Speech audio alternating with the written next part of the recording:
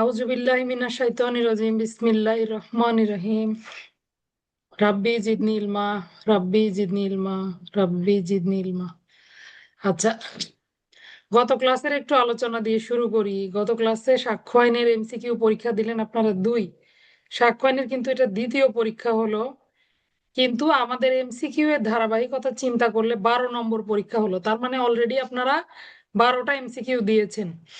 তার মধ্যে সবচেয়ে বেশি এমসিকিউ দিলাম আমরা ফৌজদারি কার্যবিধিতে, বাকিগুলো আপনারা সমান এমসিকিউ পাবেন, কিন্তু একটু সময় লাগবে। কেন? যখন যেরকম পড়া আসছে সেরকম করে পরীক্ষাগুলো নেওয়া হয়েছে। এই জন্য আপনারা 3টা পরীক্ষা পেলেন পেনাল কোড, মাত্র 3টা দিয়েছেন পেনাল কোড, 2টা দিলেন সাক্ষ্য আইন, আর সিআরপিসি দিয়েছেন 7-8টা। সিআরপিসি পরীক্ষাটা মোটামুটি ঠিক আছে, 8টা এমসিকিউ দিলে আর কিছু বাকি থাকে না। আর বাদ বাকিগুলোরও প্রশ্ন আপনারা পাবেন ধীরে ধীরে। আমি যখন আরো নেব পরীক্ষা তখন এভাবে। তবে টোটাল পরীক্ষা হয়েছে 12টা। প্রশ্নগুলাও কিন্তু গ্রুপে দিয়েছিলাম, উত্তরপত্র সহ গ্রুপে দিয়ে দিয়েছিলাম। দেখছেন কিনা? যাদের প্রয়োজন হবে তারা ডাউনলোড করে রাখবেন। সব সময় সবকিছু থাকে না আমার কাছে, বুঝতে পারলেন? আচ্ছা, আজকে আমরা আল্লাহ যদি তৌফিকে কুলায় আমরা আজকে পিআরবি শুরু করব। আল্লাহর কাছে আসা যত দ্রুত শেষ করা যায় তত এগুলো রিভিশন হবে, আর যত রিভিশন হবে তত এগুলো আপনার একদম মনের মধ্যে গেঁথে যাবে জিনিসটা।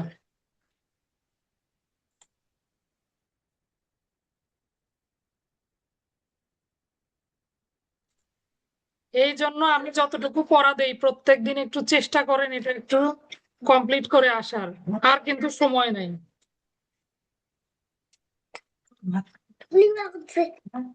কি হইলো বাবা? হ্যাঁ, ভাত খাওয়া যাবে না কেন? সবই আছে আম্মা।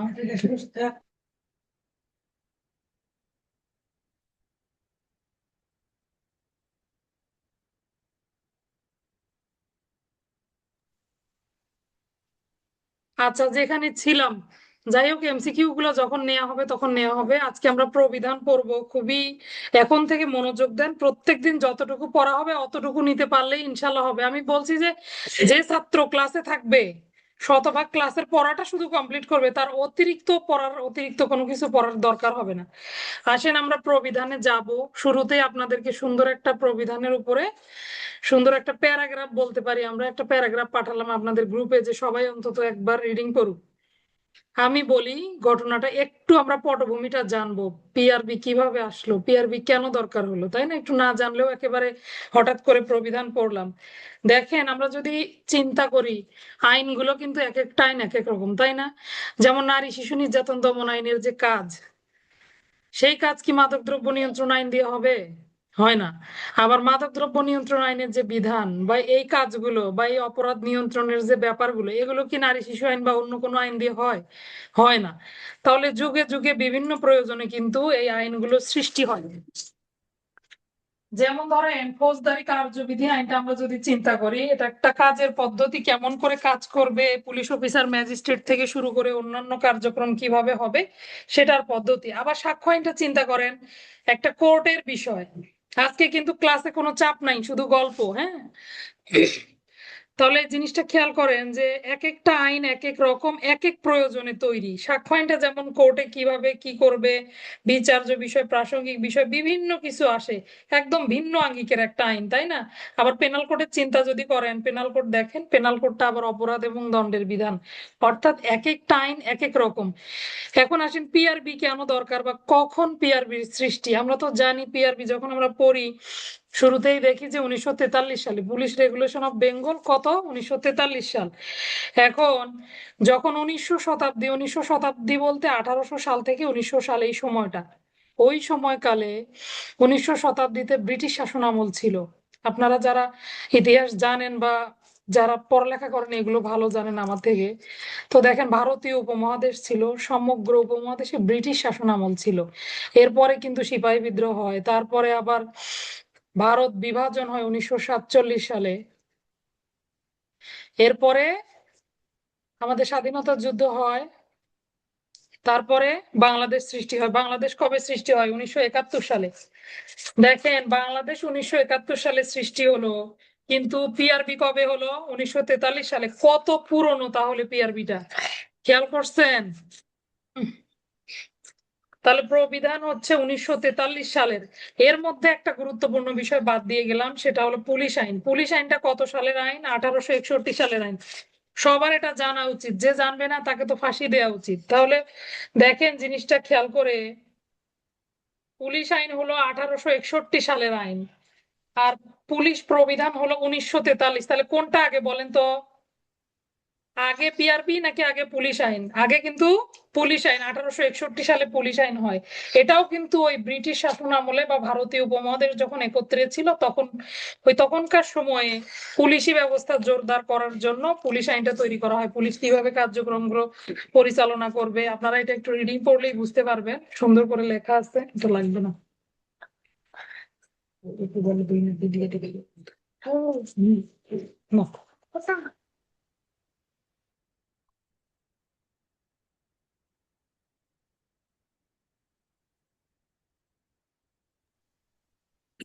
আচ্ছা, 1861 সালে পুলিশ আইন তৈরি হলো, আর 1941 সালে হলো পুলিশ প্রবিধান। দেখেন, আপনারা যখন পিআরবিটা পড়বেন প্রত্যেকটা লাইনে লাইনে ধারার সঙ্গেই কিন্তু লেখা আছে, দেখবেন 1861 সালের 5 নং আইনের 12 ধারা। আপনারা যখন পুলিশ আইন পড়বেন দেখবেন 12 ধারায় লেখা আছে বিধি প্রণয়নের ক্ষমতা। অর্থাৎ আইজিপি মহোদয় কি করতে পারে? পুলিশ বাহিনীর ভালো মন্দ, আইন শৃঙ্খলা এগুলো চিন্তা ভাবনা করে যে কোনো সময় যে কোনো বিধি প্রণয়ন করতে পারে তৎকালীন সময়ে। অর্থাৎ 1943 সালে পুলিশ বাহিনী কিভাবে কাজ করবে, কি করবে না করবে, ওইটুকু আইনের মধ্যে তো সবকিছু কভার করে না। তখন এই প্রয়োজনে তারা প্রবিধানটা তৈরি করে, পুলিশ রেগুলেশন অফ বেঙ্গল। এখন কথা হলো, দেখেন নামটা নিয়ে কিন্তু ঝামেলা আছে। পিআরবি লেখার দরকার নাই, আপনারা কি লিখবেন পরীক্ষায়? জিনিসটা আজকে পরিষ্কার করে নেন, আপনারা লিখবেন পুলিশ প্রবিধান। এইটুকু লিখে শুধু সঙ্গে ধরেন 341 লিখলাম, আমরা 341ও লিখতে পারেন, 341 বিধিও লিখতে পারেন। তবে প্রবিধান লিখলে বিধি লেখার দরকার হয় না, একই কথা। পুলিশ প্রবিধান এত, পুলিশ প্রবিধান এত, এভাবে লিখতে পারবেন। কেউ যদি পুলিশ প্রবিধান 341 বিধিও লেখে ভুল নাই, তবে প্রবিধান যেটা বিধিও সেটা একই অর্থ প্রকাশ করে। সবচেয়ে স্ট্যান্ডার্ড হলো পুলিশ প্রবিধান এত, এভাবে লেখা। বুঝতে পারছেন? আর এই যে পুলিশ রেগুলেশন বেঙ্গল, বেঙ্গল কথাটা যদি আপনি লেখেন তাহলে কিন্তু এখনো সেই উপনিবেশিক শাসন আমলটাই ওটাই মনে হয়, তাই না? এই জন্য বেঙ্গল কথাটা কিন্তু উঠে গেছে। 1971 সালে যখন বাংলাদেশ সৃষ্টি হলো, এরপরে 1972 সালে রাষ্ট্রপতির একটা আদেশ হয়, 48 নম্বর আদেশ। এই আদেশে কিন্তু আইনগুলো অভিবাজন করে। দেখেন একটা বিষয়, সেটা হলো বাংলাদেশ তো সৃষ্টি হলো, কিন্তু এখন আইনগুলো কি পরিবর্তনের সুযোগ আছে? আইন যদি পরিবর্তন হয়ে যায় তাহলে কি দিয়ে চলবে? একটা দেশের প্রশাসনিক কাঠামো কিভাবে চলবে বলেন? আইন ছাড়া চলে? চলে না। এই জন্য কিন্তু আইনগুলোর আর পরিবর্তন নাই, ওভাবেই চলে আসছে। তবে হ্যাঁ, বেঙ্গল নামটা কিন্তু অনেক আগেই উঠে গেছে। কিন্তু আমরা বই খাতা বা বিভিন্ন জায়গায় বেঙ্গল নামটা কেন দেখতে পাই? কারণ এই বেঙ্গল নামটা বই থেকে ওঠে নাই, বা পরে যে লেখক যারা লিখছেন তারা এই বিষয়টা ওইভাবে ইয়া করেন নাই আর কি। কিন্তু পিআর, পিআর বি আর বলার কিন্তু সুযোগ নাই, পিআর শুধু পুলিশ রেগুলেশন। বিভিন্ন জায়গায় দেখবেন, আপনারা যদি একটু গুগল ঘাটাঘাটি করেন তারপরেও দেখতে পাবেন যে পিআর বি, বি কথাটা আর কি বেঙ্গল কথাটা উঠে গেছে। শুধু পিআর লিখবো আমরা। আমরা যদি ইংরেজি কেউ লিখতে চান শুধু পুলিশ রেগুলেশন লিখবেন, এইটুকুই যথেষ্ট। তাহলে বুঝতে পারলাম নামের যে সমস্যাটা, প্রশ্ন থাকে এরকম যে স্যার কি লিখবো, কিভাবে লিখবো, তাহলে আমরা পুলিশ প্রবিধান লিখবো, সবচেয়ে নিরাপদ। তাহলে কিভাবে পিআরবিটা আসলো সেটাও বুঝতে পারলাম। পুলিশ বাহিনী যখন সৃষ্টি হলো, সিপাহী বিদ্রোহ হলো 1857 সালে, তখন কিন্তু পুলিশ বাহিনী সৃষ্টি হয়। তাহলে পুলিশ বাহিনী সৃষ্টি করা মানে সৃষ্টি অনেক আগেই হয়ে গেছে। তবে এই যে ওই সময় আর কি সুশৃঙ্খল করার চিন্তা করে তারা, তখন এই যে তারা পিআরবিটা তৈরি করে বা পিআরবি তৈরির চিন্তা ভাবনা করে। তাহলে দেখেন 1857 সাল কোথায় আর 1943 সাল কোথায়? তাহলে 43 সালে কিন্তু প্রবিধান তৈরি হয়। এরপরে তো 1971 সালে বাংলাদেশ সৃষ্টি হলো, বাংলাদেশের জন্য উপযোগী করে বিভিন্নবার সংশোধন হয়েছে। 2021 সালেও পিআরবি সংশোধন হয়েছে, কিন্তু এগুলো পরবর্তীতে নামটা শুধু চেঞ্জ হয়েছে, কিন্তু ভেতরের যে নিয়ম কানুন গুলো এগুলো কিন্তু আগের মতোই আছে। কিছু পরিবর্তন আসছে, তো সবগুলো এখানে ওইভাবে আর দেয়া হয়নি, বা নামটাও আর চেঞ্জ করে নাই, ওভাবেই আছে বিভিন্ন বইয়ে। এই কথাটা কোথায় গিয়ে জানতে পারছি? শুধু এখানেই না, পরে জানতে পারছি বা এমন না, আমরা যে ট্রেনিং করলাম 56 দিনের পুলিশ হেডকোয়ার্টার থেকে আমাদের একজন স্যার আসছিল এই বিষয়ে লেকচার দিতে, উনিও এই কথাগুলো বলছে যে পিআরবিটা লেখা উচিত না, যেহেতু বাংলাদেশ আমরা তো বেঙ্গল লিখতে পারি না, এই জন্য নিরাপদ হবে সবচেয়ে পুলিশ প্রবিধান লেখা। বুঝতে পারলাম। এবার আসেন আমরা একটু মূল প্রবিধানে ঢুকবো। তাহলে পটভূমি কিভাবে সৃষ্টি হলো, কেমন করে আসলো, দেয়া আছে, আরেকবার পড়লে, এইবার পড়লে রিফাত বুঝতে পারবেন, বুঝতে পারছেন ঘটনা? আমার কাছে যেহেতু একবার শুনলেন, আশা করি এবার পড়লে আপনি বুঝতে পারবেন যে এই ভেতরে এগুলো কি কি লেখা আছে। এবার আসেন আমরা একটু তাহলে জানলাম কত সাল, 1943 সাল। প্রবিধান কত সালে সৃষ্টি হলো? 1943 সালে। কিভাবে সৃষ্টি হলো? পুলিশ আইন আগে প্রণয়ন হলো এবং পুলিশ আইন থেকেই মূলত পিআরবির বা প্রবিধানের উদ্ভব, পুলিশ প্রবিধানের উদ্ভব। আচ্ছা, এবার দেখবো আমরা কতগুলো প্রবিধান আছে, আমরা জানি নাকি সর্বমোট কতগুলো প্রবিধান আছে? 1290টি প্রবিধান আছে, কিন্তু এতগুলো লাগে না, আমরা শুধু গুরুত্বপূর্ণ প্রবিধানগুলো পড়বো। তারপরে মোটামুটি 5, 5.5 এরকম হবে, হয়তো ওইভাবে গোনা হয়নি। আসেন আমরা প্রথমে দেখবো এক অধ্যায়ে যে সংজ্ঞাগুলো আছে, এই সংজ্ঞাগুলো একটু আমাদের পড়তে হবে। 10টা সংজ্ঞা আছে। কয়টা সংজ্ঞা? 10টা সংজ্ঞা আছে। আজকে একটা কথা বলি, ভালো করে খেয়াল করেন, গুরুত্বপূর্ণ কথা। প্রবিধানের সংজ্ঞা কত দাঁড়ায়?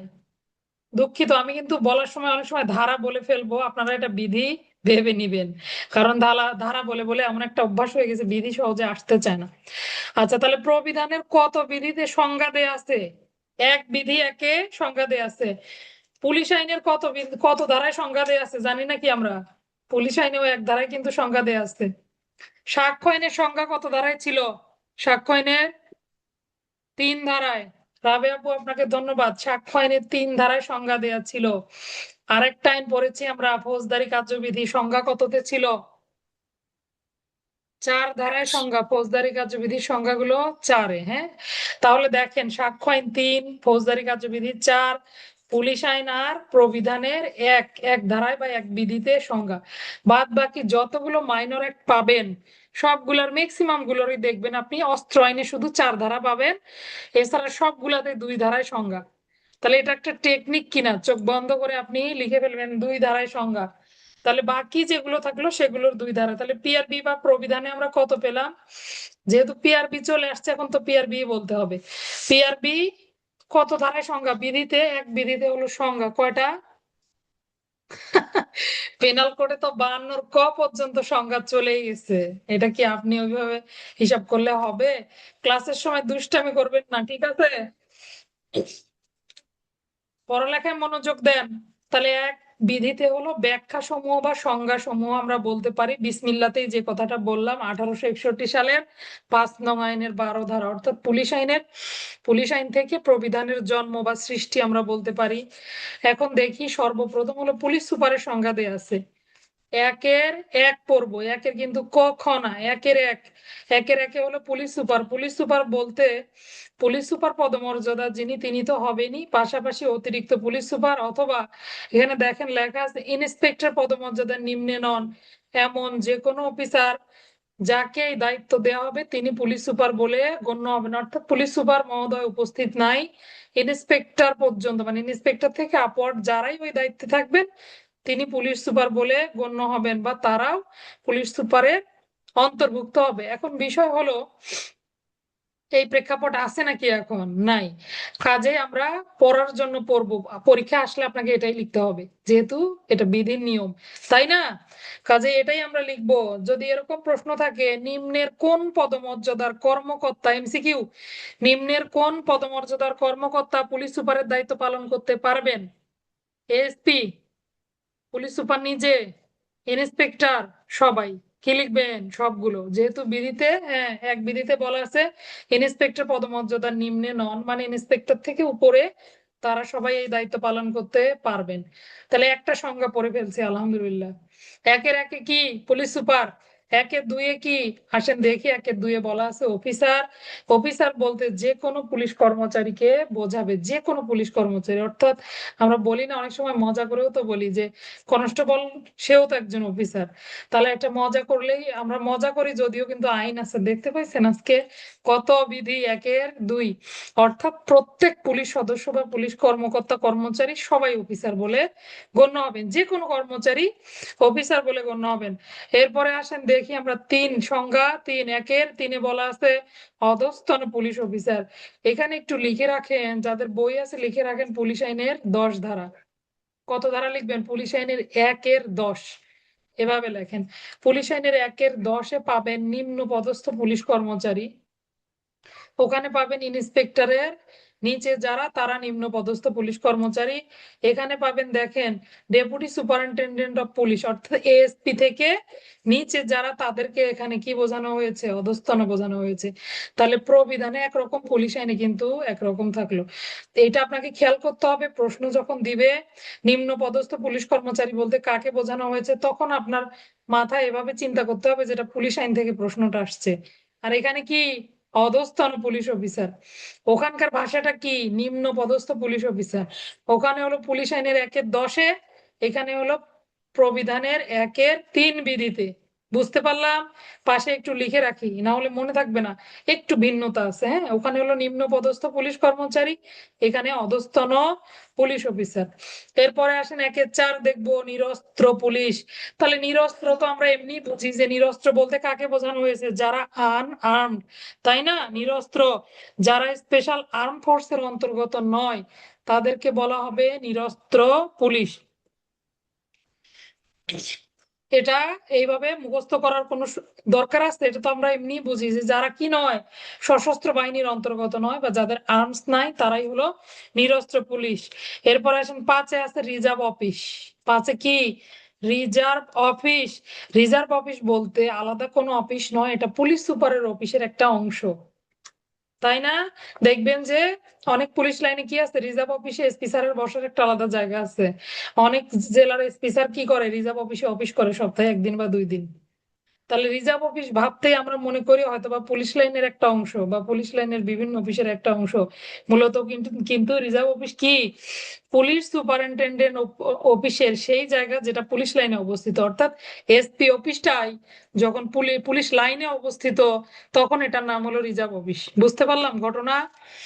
তাহলে রিজার্ভ অফিস আলাদা কিছু না, মূলত পুলিশ অফিসেরই একটা অংশ, যেটা পুলিশ লাইন্সে অবস্থিত। রিজার্ভ অফিস অর্থ সুপারিনটেন্ডেন্টের অফিসের সেই জায়গা যা পুলিশ লাইনে অবস্থিত। কত প্রবিধান? 892 প্রবিধানে আরো ডিটেলস আছে। এবং সুপারিনটেন্ডেন্ট অফিস অর্থ তার অফিসের অবশিষ্টাংশ। তাহলে দুটা মিলে হলো এসপি অফিস, এটাও এসপি অফিসের অংশ, ওইটাও এসপি অফিসের অংশ। আচ্ছা, এরপরে তাহলে গেল রিজার্ভ অফিস কত? 5। তাহলে প্রথমে কে ছিল? পুলিশ সুপার স্যার, এরপরে অফিসারগণ, তারপরে অধস্তন পুলিশ অফিসার। 1-3 বিধি অধস্তন পুলিশ অফিসার, 1-4-এ পড়লাম নিরস্ত্র পুলিশ, 1-5-এ হলো রিজার্ভ অফিস। এরপরে দেখি 1-6। এইবার আসেন সশস্ত্র বাহিনী পাওয়া গেছে আর্মড ইন্সপেক্টর। আর্মড ইন্সপেক্টর বলতে স্পেশাল আর্ম ফোর্স এবং রিজার্ভ অফিসের দায়িত্বপ্রাপ্ত যে ইন্সপেক্টর, তাহলে কি বলতে পারি? তাকে আমরা আরওয়াই বলতে পারি, তাই না? রিজার্ভ অফিসের ইন্সপেক্টর স্যারকে কি বলে ডাকি আমরা? আরওয়াই স্যার বলে ডাকি না? তাহলে আর্মড ইন্সপেক্টর বলতে আর্মড ইন্সপেক্টর বলতে কিন্তু আপনি ওইভাবে চিন্তা করার সুযোগ নাই। তাহলে তিনিও কি রিজার্ভ অফিসের দায়িত্বপ্রাপ্ত ইন্সপেক্টর? আচ্ছা, স্পেশাল আর্ম ফোর্সের দায়িত্বপ্রাপ্ত যিনি, তিনিও আরওয়াই। সেই ইন্সপেক্টর স্যারকেও কিন্তু বোঝানো হয়েছে। এবার আসেন দেখি 7-এ হলো রিজার্ভ অফিসার। কি? Reserve officer. তাহলে 5 আর 7-এর মধ্যে পার্থক্য কি? 5-এ হলো পুরো অফিসটা, 5-এ হলো রিজার্ভ অফিসটা। আর রিজার্ভ অফিসার যিনি, আরও স্যার, রিজার্ভ অফিসের কেরানির দায়িত্বে নিয়োজিত সিনিয়র সাব ইন্সপেক্টরকে বলা হয় রিজার্ভ অফিসার। এগুলো কিন্তু বুঝতে হবে, এগুলো পরে বিভিন্ন জায়গায় পাবেন এই শব্দগুলো। এরপরে 8-এ হলো স্কোয়াড কমান্ডার। বুঝি না? আরো স্যার, আরো স্যারকে তো ছুটি ছাটা সুযোগ সুবিধা অবসর শ্রান্তি বিনোদন থেকে শুরু করে অর্থাৎ চাকরির শুরু থেকে শুরু করে শেষ অবধি সকল প্রকার দাপ্তরিক বা কেরানির কাজগুলো তিনি সম্পাদন করেন, তাই না? এই জন্য বলা হয়েছে রিজার্ভ অফিসে কেরানির দায়িত্বে নিয়োজিত সিনিয়র অফিসারকে বলে রিজার্ভ অফিসার বা আরও। 8-এ যাব। 8 বিধিতে বলা আছে স্কোয়াড কমান্ডার। স্কোয়াড কমান্ডার শব্দটা পাওয়ার সাথে লাফ মেরে 703 বিধি লিখে ফেলার সুযোগ নাই, দেখবেন আগে কি চেয়েছে। যদি বলে স্কোয়াড কমান্ডার কাকে বলে, তাহলে 1-এর 7 বিধি লিখতে হবে, দুঃখিত 1-এর 8 লিখতে হবে। আর যদি বলে স্কোয়াড কমান্ডারের দায়িত্ব কি কি, তিনি কি কি দায় দায়িত্ব পালন করবেন, তখন আপনারা 703 বিধি লিখবেন। আর যদি প্রশ্ন এরকম হয় স্কোয়াড কমান্ডার কাকে বলে তার দায়িত্ব সমূহ আলোচনা করুন, তখন কি লিখবেন? 1-এর 8 সঙ্গে 703 প্রবিধান লিখে রাখেন পাশে, যে দায়িত্ব 703 বইয়ে লেখেন, দেখছেন না? আব্দুল সালাম ভাইয়া বইয়ে কিভাবে লিখছে। তো যাক এখানে লিখে রাখেন। তাহলে স্কোয়াড কমান্ডারের সংজ্ঞা হলো 1-এর 8 বিধি, আর স্কোয়াড কমান্ডারের দায়িত্ব হলো প্রবিধান 703 বিধি। এইবার আসেন দেখি 9 বলছে কোর্ট ইন্সপেক্টর, কোর্ট অফিসার, দুঃখিত আমি কোর্ট অফিসার অর্থাৎ কোর্ট পুলিশ অফিসে, কোর্ট পুলিশ অফিসের দায়িত্বপ্রাপ্ত যে অফিসার অর্থাৎ কোর্ট অফিসারকে এখানে বোঝানো হয়েছে। 10-এ হলো অফিস ইন্সপেক্টর। অফিস ইন্সপেক্টর হলো পুলিশ সুপার অফিসের সাথে সংযুক্ত যে ইন্সপেক্টর স্যার, তাকে বোঝানো হয়েছে অফিস ইন্সপেক্টর। আচ্ছা এইবার একটু দাগ দেন, কোথায় কোথায় দাগাবেন দেখেন। 1 2 1 2 3, তাহলে 1-এর 1 2 3, 1-এর 8, 1-এর 8-এর পাশে ট্রিপল স্টার দেন, বাকিগুলো একটা স্টার। তাহলে স্কোয়াড কমান্ডারের সংখ্যাটা কিন্তু অনেক গুরুত্বপূর্ণ, এখানে দাগ দেন। আর এগুলো আমার কাছে এত বেশি গুরুত্বপূর্ণ। রিজার্ভ অফিসার 7 দাগ দেন। তাহলে 1 3 4 1 2 1 2 3 1 2 3 7 9, এগুলোতে দাগ দেন, এগুলো বেশি গুরুত্বপূর্ণ। তাহলে আজকে কিন্তু কম গুরুত্বপূর্ণ বেশি গুরুত্বপূর্ণ বলে দিলাম। এইবার আসেন যে ব্যক্তি 10টাই পড়বেন তার জন্য তো আরো সুবিধা, আলহামদুলিল্লাহ খুবই ভালো হবে। 10টা পড়ার ক্ষেত্রে একটু সংক্ষেপে মনে রাখতে পারেন। এসপি অফিসার অধস্তন নিরস্ত্র, আমার সাথে সাথে বলেন, তাহলে 10টাই মুখস্থ হয়ে যাবে। এসপি অফিসার অধস্তন নিরস্ত্র রিজার্ভ সশস্ত্র, reserve office reserve officer escort court office. কিভাবে পড়লাম? এইভাবে পড়েন, তাহলে 10টাই আপনার হাতের আঙ্গুলে থাকবে, চোখ বন্ধ করে আপনি বের করে ফেলতে পারবেন কোনটা কত নম্বরে। তাহলে আরেকবার নেন, এসপি অফিসার অধস্তন নিরস্ত্র, এই 4টা একসাথে নেন। এসপি অফিসার অধস্তন নিরস্ত্র, এসপি তো পুলিশ সুপার স্যার, অফিসার তো অফিসারগণ সবাই অফিসার হবেন। 3-এ হলো অধস্তন, বলছি অধস্তন পুলিশ অফিসার কারা। 4-এ নিরস্ত্র পুলিশ অফিসার কারা।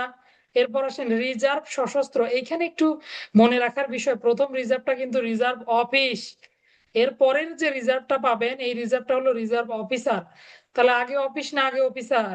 আগে অফিস তারপরে অফিসার।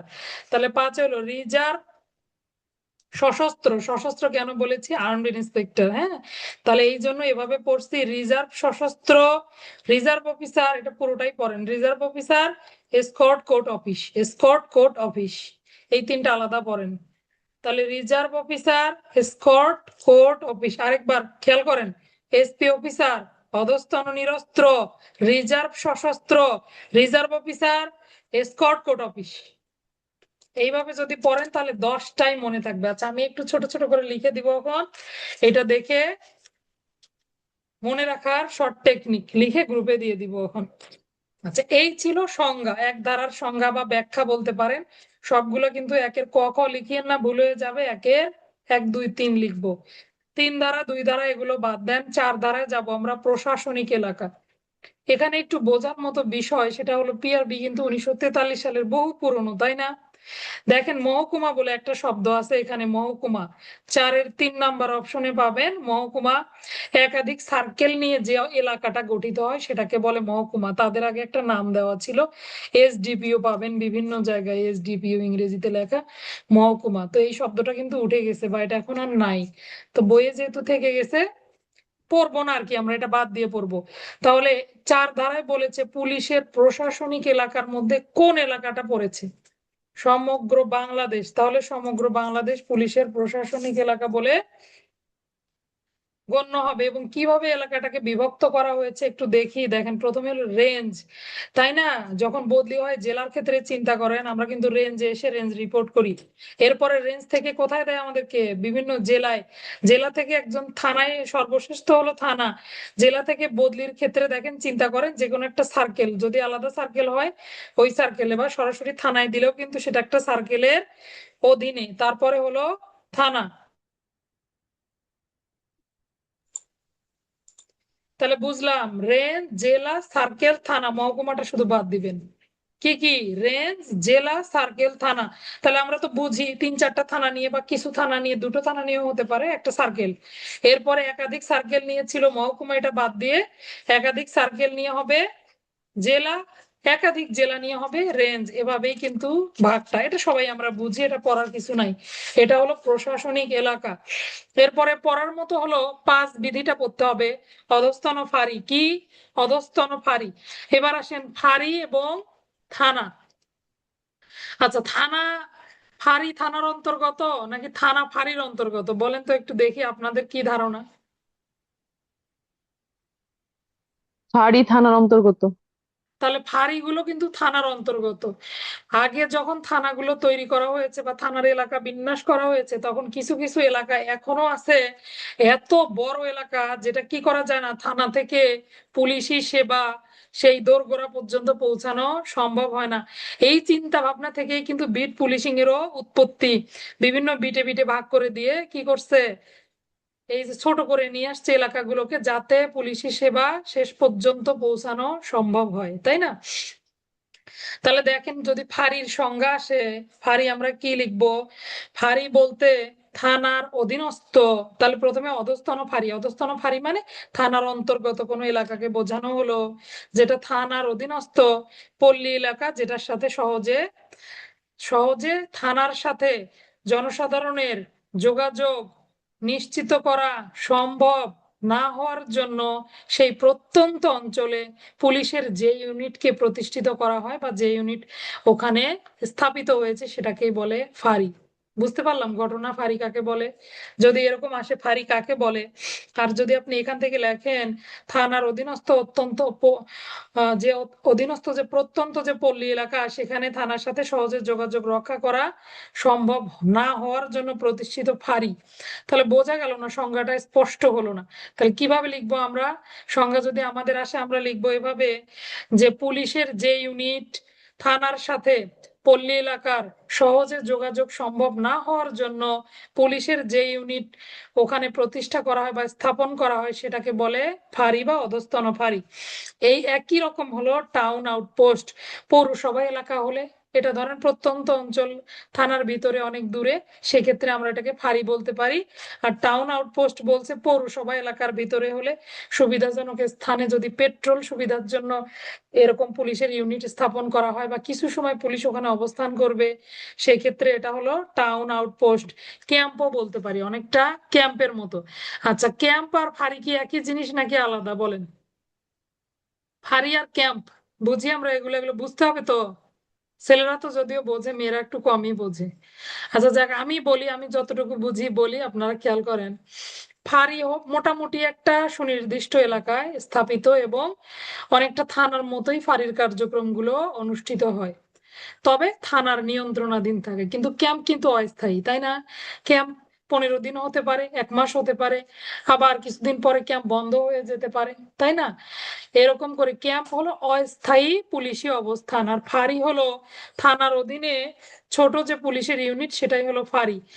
আবার একটু খেয়াল করে দেখেন, ফাঁড়িটা সরাসরি থানার অধীনে পরিচালিত হয়। ক্যাম্প আবার কি কোনো নির্দিষ্ট অপারেশনের ক্ষেত্রেও হতে পারে। কিছু বলবা? সুনির্দিষ্ট অপারেশন বা দায়িত্ব, যখন যে কোনো দায়িত্বের জন্য কাউকে ক্যাম্পে পাঠানো হয় বা কোনো একটা টিমকে ক্যাম্পে পাঠানো হয়, ফাঁড়িটা আমরা অনেকটা বলতে পারি স্থায়ী, আর ক্যাম্পটা কিন্তু বেশিরভাগ ক্ষেত্রে অস্থায়ী হয়।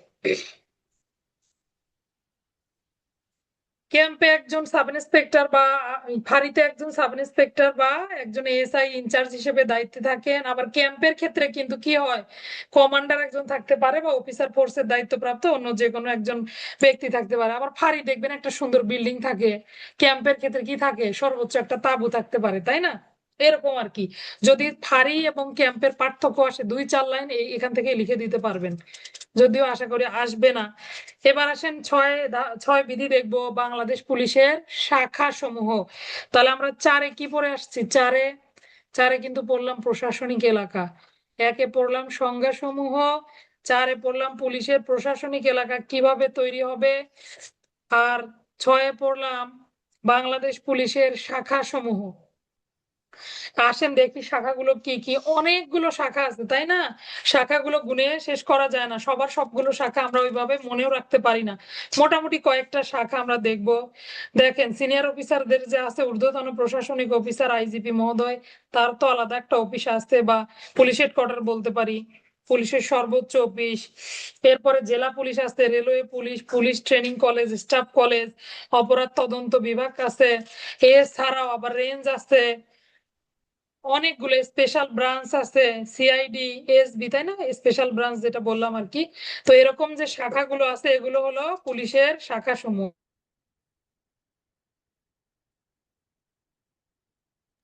ক্লাসটা নিয়ে শান্তি পাচ্ছি না, বুঝতে পারলাম। তাহলে বাংলাদেশ পুলিশের যে শাখা আছে অনেকগুলো শাখা আছে, দেখেন একটু। সিআইডি আছে, স্পেশাল ব্রাঞ্চ আছে, হাইওয়ে রেঞ্জ বলতে পারি আমরা, এপিবিএন বলতে পারি, তারপরে রেঞ্জ গুলো তো আছে।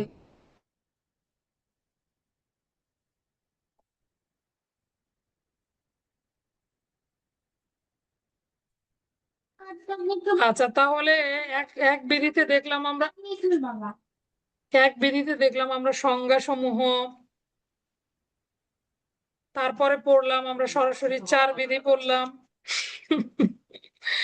4-এ পড়লাম পুলিশের প্রশাসনিক এলাকা। এরপরে 5-এ পড়লাম আমরা ফাঁড়ি কাকে বলে, বা অধস্তন ফাঁড়ি, বা টাউন আউটপোস্ট কাকে বলে।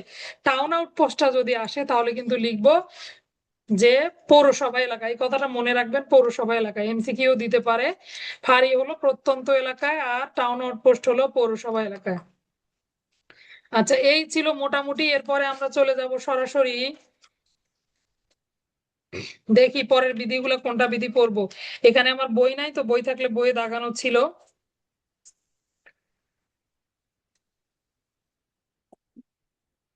আচ্ছা এই যে জেলা ম্যাজিস্ট্রেটের সাথে পুলিশ সুপার স্যারের ঘনিষ্ঠ যোগাযোগ, এগুলো একটু রিডিং করতে পারেন, এগুলো লাগে না, বুঝতে পারছেন?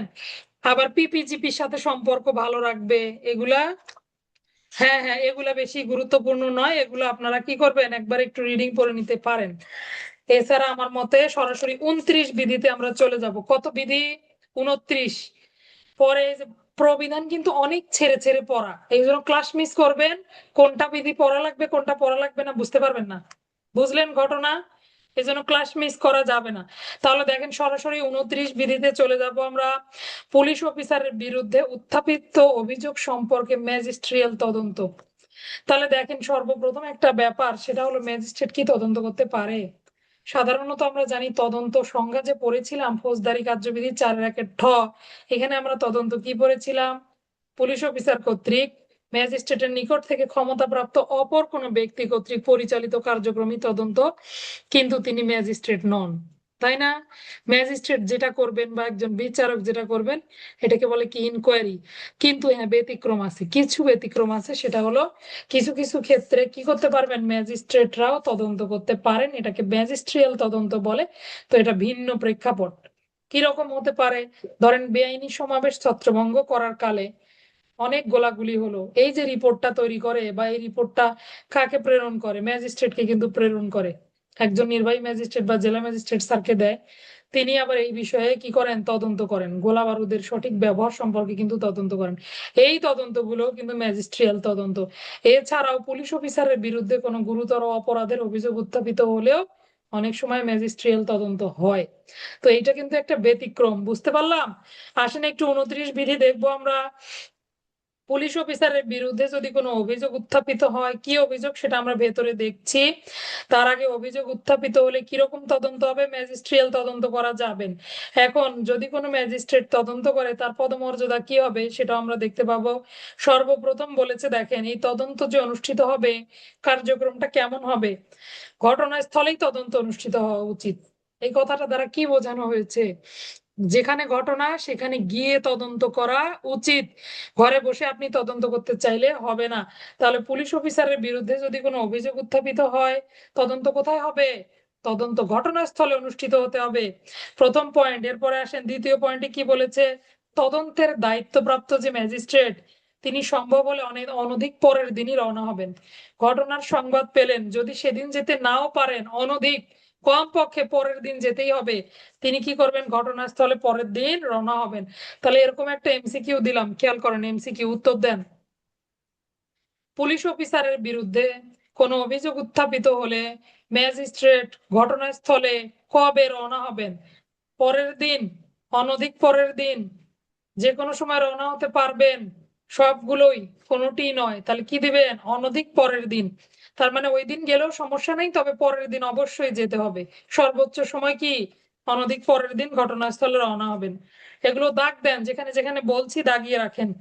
এরপরে আসেন, অভিযুক্ত যে ব্যক্তি তিনি যদি সাব ইন্সপেক্টর অপেক্ষা উচ্চ পদমর্যাদার হয়, অর্থাৎ হয় সাব ইন্সপেক্টর বা সাব ইন্সপেক্টরের ঊর্ধ্ব কোনো কর্মকর্তা হয়, উচ্চতর পদমর্যাদার কর্মকর্তা হয়, এবং তার বিরুদ্ধে কি অভিযোগ দেখেন, বিচারযোগ্য যে অপরাধ, সেটা যদি ঘুষ গ্রহণ বা ঘুষ দাবি করার জন্য অভিযুক্ত হন, তাহলে একজন প্রথম শ্রেণীর ম্যাজিস্ট্রেট অথবা ডেপুটি ম্যাজিস্ট্রেট তিনি কি করবেন? তদন্ত করবেন। খুবই গুরুত্বপূর্ণ। এই সবগুলো পয়েন্টের মধ্যে গ হলো সবচেয়ে গুরুত্বপূর্ণ। তাহলে পুলিশ অফিসার যদি সাব ইন্সপেক্টরের উচ্চ পদমর্যাদা, সাব ইন্সপেক্টর থেকে আপওয়ার্ড হন, তাহলে তার বিরুদ্ধে ঘুষ গ্রহণ বা ঘুষ দাবি করার কোনো অপরাধের অভিযোগ উত্থাপিত হয়, এই অপরাধ কে তদন্ত করবেন? একজন প্রথম শ্রেণীর ম্যাজিস্ট্রেট তদন্ত করবেন। আচ্ছা, বাকি দুইটা আমরা নেব না, হ্যাঁ, বাকি দুইটা পয়েন্ট বাদ দিয়ে যাই, পরে আমরা দেখব। 31 বিধিটা একটু দাগিয়ে রাখেন, ও 30টাও দেন। 30টা একটু শুধু লিখে রাখেন এইচ বাম পাশে, মানে হেডলাইন পড়বো আমরা, আদালত এবং ম্যাজিস্ট্রেটের প্রতি পুলিশ অফিসার সম্মান প্রদর্শন করবে। তো এটা তো আমরা বরাবরই করি, তাই না? পাশাপাশি দেখেন, এটা আইন করা হয়েছে, প্রবিধান দেখেন, বিধি প্রণয়ন করা হয়েছে, আপনি ম্যাজিস্ট্রেটকে এবং কোর্টকে সম্মান করবেন। তবে হ্যাঁ, কোনো ব্যক্তিকে যদি আবার কোর্টে হেনস্থা করা হয়, সেক্ষেত্রেও কিন্তু ব্যবস্থা আছে, তাই না? ব্যবস্থা আছে না? যদি কোনো পুলিশ অফিসার অন্যায় ব্যবহার পান, কোর্ট অফিসার কর্তৃক ফৌজদারি কার্যবিধির 435 ধারার অধীনে লিখিত আনুষ্ঠানিক দরখাস্তের মাধ্যমে তিনি জেলা ম্যাজিস্ট্রেটের গোচরে আনতে পারবেন। এই কথাটা একটু দাগ দিয়ে রাখেন, এটা জানার জন্য যে আমরা তো সবাইকে সম্মান প্রদর্শন করব অবশ্যই প্রবিধান 30 বিধি অনুযায়ী, কিন্তু আমাদের সাথেও যদি কোনো অন্যায় ঘটে, সেক্ষেত্রে লিখিতভাবে অভিযোগেরও সুযোগ রয়েছে। এরপরে 31 বিধিটা একটু দেখি, সরকারি কৌশলীর সাথে সম্পর্ক। পিপিজিপি, পিপিতে হলো পাবলিক প্রসিকিউটর, জিপিতে হলো জেনারেল প্রসিকিউটর। তো এই ব্যক্তিদের কাছে আপনি বিনামূল্যে কি করতে পারবেন? আইনি পরামর্শ নিতে পারবেন। অ্যাডভোকেটদের তারা চার্জ নিবে না আমাদের কাছে, এই কথা বলা আছে যে আপনি কোনো সমস্যায় জড়িত হয়ে গেলে যে কোনো ধরনের আইন সংক্রান্ত খোলামেলা আলোচনা তাদের সাথে করা যাবে। এইবার আসেন প্রবিধান 33, 3টার উপরে যে কয়টা পারেন স্টার দিয়ে ফেলেন। জনসাধারণের সাথে ব্যবহার, এমসিকিউ বলেন, লিখিত বলেন, অলরেডি চলে আসছে পরীক্ষায় কয়েকবার। 33 প্রবিধানের 5টা পয়েন্টই মুখস্থ করতে হবে। কয়টা পয়েন্ট? 5টা, 5টাই মুখস্থ করে ফেলতে হবে। আপনাদের আগামীকালকের হোমওয়ার্ক থাকবে পিআরবি 33 পড়া এবং লেখা। জনসাধারণের সাথে পুলিশ অফিসারের ব্যবহার কেমন হওয়া উচিত বলে আপনি মনে করেন? প্রবিধান 33। আচ্ছা, সর্বপ্রথম কথা হয়েছে, বলেছে তারা যে জনসাধারণের শ্রদ্ধা, পুলিশ আলাদা কোনো বাহিনী নয়। পড়েননি আপনারা? ওই যে একটা স্লোগান আছে না, public is police, police is public, এরকম লেখা আছে না? পুলিশ কি জানো, আমি ভুলে গেলাম, জনতাই পুলিশ, পুলিশই জনতা, এরকম একটা স্লোগান আছে কিন্তু কমিউনিটি পুলিশের। আচ্ছা, তো যাই হোক, পুলিশ সাধারণত জনসাধারণের শ্রদ্ধা, শুভেচ্ছা, সহযোগিতা ছাড়া পুলিশের কাজে কোনো কাজেই সফলতা অর্জন করা যায়। আচ্ছা, তাহলে জনসাধারণের শ্রদ্ধা, শুভেচ্ছা, সহযোগিতা ছাড়া পুলিশের পক্ষে কোনো কাজেই সফলতা অর্জন করা সম্ভব নয়। এই জন্য যে কোনো পুলিশ তার দায়িত্ব পালনের সময় সকল শ্রেণীর লোকের সাথে ভদ্র এবং সদয় আচরণ করবেন। উচ্চ পদস্থ অফিসারগণ নিম্ন পদস্থদের দিকে সব সময় লক্ষ্য রাখবেন যেন তারা এই নির্দেশ যথাযথভাবে মেনে চলে এবং যতদূর সম্ভব দায়িত্ব পালনকালে তর্ক বিতর্ক বিবাদ যেন সৃষ্টি না করে এ সম্পর্কে তাদেরকে বোঝাবেন। বুঝতে পারলেন? আপনার সঙ্গে উগ্র মেজাজ করে একজন কথা বলছে, কিন্তু আপনাকে কি হওয়া যাবে না, আপনাকে তার উপর চড়াও হওয়া যাবে না। তার মানে আপনাকে ওই সময় ধৈর্য ধারণ করতে হবে এবং সিনিয়র অফিসারদের দায়িত্ব হলো তারা এই সম্পর্কে আমাদেরকে বোঝাবে, তাই না? তাহলে প্রথম পয়েন্টটা কি বললো, জনসাধারণের শ্রদ্ধা শুভেচ্ছা সহযোগিতা ছাড়া পুলিশের কোনো কাজেই সফলতা অর্জন করা সম্ভব নয়। কাজেই দায়িত্ব পালনকালে ভদ্র এবং সদয় আচরণ করতে হবে। উচ্চ পদস্থ কর্মকর্তারা নিম্ন পদস্থের এই বিষয়গুলো খেয়াল রাখবেন। পাশাপাশি দায়িত্ব পালনকালে যেন তারা কোনো ধরনের ঝগড়া বিবাদে জড়িয়ে না যায় বা যত দূর সম্ভব কম তর্ক করে সেখান থেকে চলে আসা যায় এই চেষ্টাই করতে হবে, এই সম্পর্কে বুঝাবেন। দেখেন, এটা তো প্রথমে বললো, এরপরে ক্ষয়ে বলছে দেখেন, রূঢ়তা। রূঢ়তা মানে কি? কারো প্রতি কঠিন আচরণ, রূঢ়তা বদমেজাজ নিষ্ঠুরতা বর্জনীয়। এবং কেউ যদি বলতে কোন কেউ, পুলিশ অফিসারদের কেউ যদি অন্যায় আচরণ করে, দেখেন তো ঊর্ধ্বতন অফিসার তৎক্ষণাৎ আপনার বিরুদ্ধে কি করবেন? ব্যবস্থা গ্রহণ করবেন। তাহলে বুঝলাম, রূঢ়তা বদমেজাজ নিষ্ঠুরতা এগুলো বর্জন করতে হবে। পাশাপাশি কোনো অধস্তন পুলিশ অফিসার যদি এই ধরনের আচরণ করে, অবশ্যই সিনিয়র অফিসার তার বিরুদ্ধে যথোচিত ব্যবস্থা গ্রহণ করবেন। তাহলে প্রথমেই বললো কিভাবে চলবেন, পরেই বললো যদি না চলেন আপনার বিরুদ্ধে ব্যবস্থা। এবার বলছে দেখেন, উপরে উল্লেখিত যে নির্দেশগুলো দেয়া হলো এগুলো অবশ্যই কেউ অবজ্ঞা করতে পারবে না। যদি কোনো ব্যক্তি অবজ্ঞা স্বরূপ আচরণ করে তার পদোন্নতির জন্য সুপারিশ করা যাবে না। এবার আব্দুল সালাম ভাইয়া বলতেছে কিসের পদোন্নতি সুপারিশ করবে, আমার যা ইচ্ছা আমি সেরকম আচরণ করব, তাই না? ভুলেও না, আপনার পদোন্নতি সুপারিশ কোথায় করে জানেন নাকি? ওই যে গোপনীয় প্রতিবেদন যে পাঠায়, রাবে আপু আপনারা যেগুলো লিখলেন এত কষ্ট করে রিজার্ভ রাইট এসিআর, এই যে গোপনীয় প্রতিবেদন, এখানে আপনার পদোন্নতির বিরুদ্ধে কি করবে? তারা সুপারিশ করবে না বা ইয়ে লিখে দিবে যে সুপারিশ করা যাচ্ছে না বা তার এই সমস্যা ওই সমস্যা। তাহলে বুঝছেন আচার আচরণ কতটা গুরুত্বপূর্ণ। এই যে নির্দেশগুলো যদি কেউ যথাযথভাবে না মানে তাহলে তার পদোন্নতির জন্য সুপারিশ করা যাবে না। এরপরে আসেন, প্রত্যেক অফিসার বিশেষত ডেপুটি সুপারিনটেন্ডেন্ট থেকে উচ্চতর বা তার সিনিয়র অফিসার যারা, তারা হেডকোয়ার্টারে অবস্থানকালে অবশ্যই সকল লোকের সাথে দেখা করবেন। কেউ যদি দেখা করতে চায় অবশ্যই তারা ভদ্রলোকদের সাথে দেখা সাক্ষাতের সুযোগ দিবেন এবং তারা অবাধে মত বিনিময় যাতে করতে পারেন এই জন্য তাদেরকে উৎসাহিত করবেন। শিক্ষানবিশ যে এএসপি স্যাররা আছে বা প্রশিক্ষণের সময় যারা প্রশিক্ষণ গ্রহণ করে সকল অফিসারদেরকে তারা কি করবে? ভদ্রতার উপরে পড়ালেখা করাবে, এটাই বলেছে। দেখেন, সম্মানিত ব্যক্তিদের সাথে ভদ্রতা প্রদর্শনের প্রয়োজনীয়তার উপর গুরুত্ব আরোপ করবেন এবং অনুরূপ ব্যক্তিদের সঙ্গে ভদ্রতা প্রদর্শনের প্রয়োজনীয়তা লিখবেন এবং ভদ্র ব্যবহারের উপযুক্ত প্রশিক্ষণ দিবেন। তাহলে চিন্তা করছেন, আপনি একজন পুলিশ অফিসার হিসেবে আপনাকে ভদ্র আচরণ করতে হবে, নম্র হতে হবে এবং এই বিষয়ে আপনাকে ট্রেনিং দেওয়া হবে আপনি কিভাবে ভদ্র না হন। তাহলে এই হলো আপনার আচার আচরণ। একজন পুলিশ অফিসার হিসেবে জনসাধারণের সাথে আপনার সম্পর্ক, আপনার ব্যবহার, আপনার আচার আচরণ কেমন হওয়া উচিত, এই হলো প্রবিধান 33 বিধির 5টা গুরুত্বপূর্ণ পয়েন্ট। তাহলে লিখে রাখেন টিএম মানে টানা মুখস্থ, পুরোটা পড়ে ফেলবেন কোনো চোখ বন্ধ করে। 34 বিধিতে যাব আমরা, অবসরপ্রাপ্ত পুলিশ অফিসারের সাথে সম্পর্ক। এইবার আসেন, অবসরপ্রাপ্ত যে পুলিশ অফিসাররা থাকবেন তাদের সাথেও সম্পর্ক রাখতে চেষ্টা করতে হবে।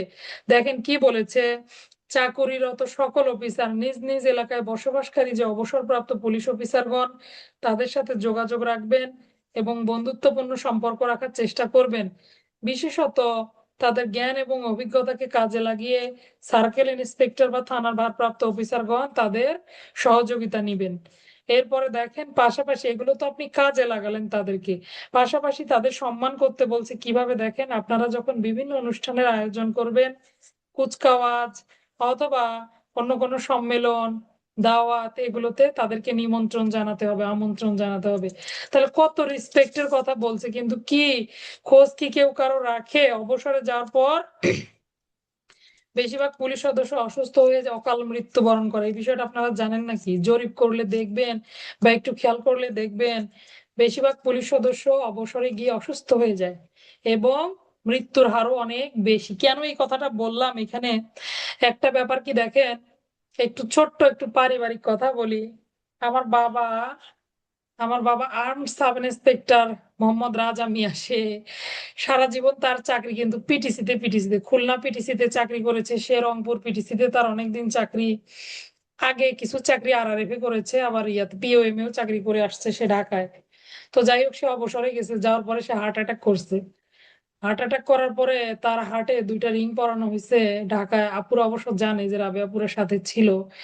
দেখেন কেন বললাম এই কথাটা, সারা জীবন দৌড়ের মধ্যে থাকছে, তার শরীরে কোনো রোগ বালাই কোনো আক্রমণ করতে পারে নাই। অবসরে আসছে, দৌড়াদৌড়ি লাফাঝাফা বন্ধ হয়ে গেছে, হঠাৎ সে অসুস্থ হয়ে পড়ছে। অবসরে আসার মনে করেন 7-8 মাসের মধ্যেই সে অসুস্থ হয়ে গেছে। বেশিরভাগ পুলিশ সদস্য এরকম। আরো মরালি ডাউন হয়ে যায় জানেন মানুষ। এই যে তার কলিগ একটা পুলিশ অফিসার একটা পরিবেশে থাকতে থাকতে তার তো রক্ত পুলিশ হয়ে যায়, যায় না? দেখেন এত বছরের পুলিশের সাথে থাকতে থাকতে আপনার যে পুরনো রক্ত ছিল এগুলো কি বের হয়ে গেছে না শরীর থেকে? এখন যে রক্তেও বাংলাদেশ পুলিশ, নিঃশ্বাসেও বাংলাদেশ পুলিশ। তো হঠাৎ করে এখান থেকে এই পরিবেশ থেকে আসার কারণে মেন্টালি একটা তার উপর প্রেশার পড়ে। ফিজিক্যাল একটা ইয়ে তো আসেই, কারণ এখন ধরেন শুয়ে বসে থাকা, এক্সারসাইজ নাই। আমরা যত দৌড়ঝাঁপ করি আর বিরক্ত হই যে এত কষ্ট আমাদের জীবনে, এত পেইন, কিন্তু এই পেইন আছে দেখে আমরা কিন্তু সুস্থ আছি। না হলে আরো কত রোগ বালাই হতো, বুঝতে পারছেন তো? যাক, অবসরপ্রাপ্ত পুলিশ অফিসারদের সাথে সম্পর্ক রাখার কথা বলেছে এই যে প্রবিধানে। যার যতটুকু সামর্থ্য অনুযায়ী তাদের সাথে, তাদেরকে তো আর আপনার কিছু দিতে হচ্ছে না, জাস্ট যোগাযোগ রক্ষা করা। যাদেরকে চেনেন তাদের সাথে যোগাযোগ করলেন। ছেলেরা তো বেশি সুযোগ পান, গেলেন মফস্বলে, গেলে একটা পাক ঘুরে আসলেন, কথা বলে আসলেন, সেও খুশি হলো, আলাপ আলোচনা হলো, ভালো লাগলো। আচ্ছা, এরপরে আমরা যাব পরের অধ্যায়। দেখেন 3 অধ্যায়, 2 অধ্যায় পার করে আসছি, অনেকগুলো বিধি নাই তো। 3 অধ্যায় 35 বিধিটা লাগবে, একটু দাগিয়ে ফেলেন 35 বিধি। আমরা 35 বিধিটা অলরেডি পড়ে আসছি। কে বলতে পারবেন আমরা 35 বিধি ফৌজদারি কার্যবিধির কত ধারার সঙ্গে পড়ে আসছি 35 বিধি?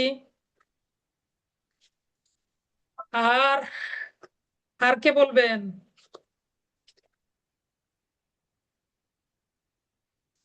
গুড।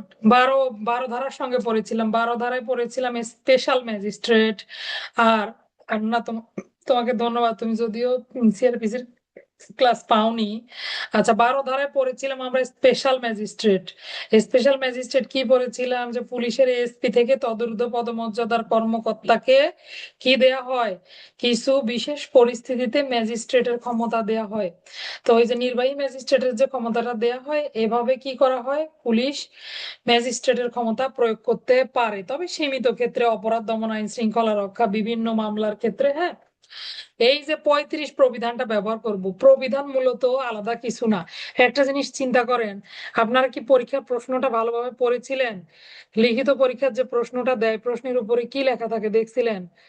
আইন ও বিধির ব্যবহারিক জ্ঞান। তাহলে আপনাকে শুধু আইন জানলেই হবে না, কোন আইনের কোন চিপায় চিপায় কোন বিধি ঢুকবে এটাও আপনাকে জানতে হবে। তাহলে এই জন্য কথাটা বললাম। তাহলে প্রবিধান 12, এই যে 35 বিধি, এটা নতুন কোনো পড়া না। ফৌজদারি কার্যবিধির 12 ধারার যে ক্ষমতা, প্রবিধানের 35 বিধিতে একই কথা বলা আছে। আবার পুলিশ আইনের 5 ধারায় গেলেও আপনি দেখবেন আইজিপি মহোদয় সমগ্র বাংলাদেশে এমনিতেই তিনি ম্যাজিস্ট্রেটের ক্ষমতা প্রয়োগ করার অধিকারী বা ক্ষমতাবান। তাহলে 12-5-35, নীলুফা অলরেডি লিখে দিছে, 12-5-35 এভাবে মনে রাখবো আমরা স্পেশাল ম্যাজিস্ট্রেট। তাহলে 12-5-35 মনে রাখলেন, কিন্তু কোনটা কিসের এটা মনে রাখলেন না, তখন আবার বিপদ। তাহলে কি, পুলিশ আইনের 5 ধারা, প্রবিধান 35 বিধি, 35-এর খ লিখতে পারেন, আর ফৌজদারি কার্যবিধির 12। তাহলে প্রবিধান 35, ফৌজদারি প্রথমে ছোট থেকে নেই, পুলিশ আইন 5, ফৌজদারি কার্যবিধি 12, প্রবিধান 35। এই 12-5-35 হলো কি, স্পেশাল ম্যাজিস্ট্রেট। তাহলে এই 35 বিধি আমরা কোথায় ব্যবহার করতে পারবো? স্পেশাল ম্যাজিস্ট্রেটের ক্ষেত্রে ব্যবহার করতে পারবো। যদিও এখানে অনেকগুলো কথা বলা আছে যে গেজেট তৈরি হবে, স্ট্যান্ডিং অর্ডার হবে, এরপরে এরকম ক্ষমতা দেয়া যাবে, তবে এই ক্ষমতা দেওয়ার ক্ষেত্রে কি লাগবে, সরকারের অনুমোদন লাগবে। খ বিধি দেখেন, খ বিধিতে স্পষ্ট করে লেখা আছে, পুলিশ আইনের 5 ধারার ক্ষমতা বলে আইজিপি মহোদয়কে একজন ম্যাজিস্ট্রেটের পূর্ণ ক্ষমতা দেয়া আছে, কিন্তু এই ক্ষমতা তিনি কেবলমাত্র অপরাধ দমন, আইন শৃঙ্খলা রক্ষা এরকম ক্ষেত্রেই করতে পারবেন একজন ম্যাজিস্ট্রেটের অনুপস্থিতিতে।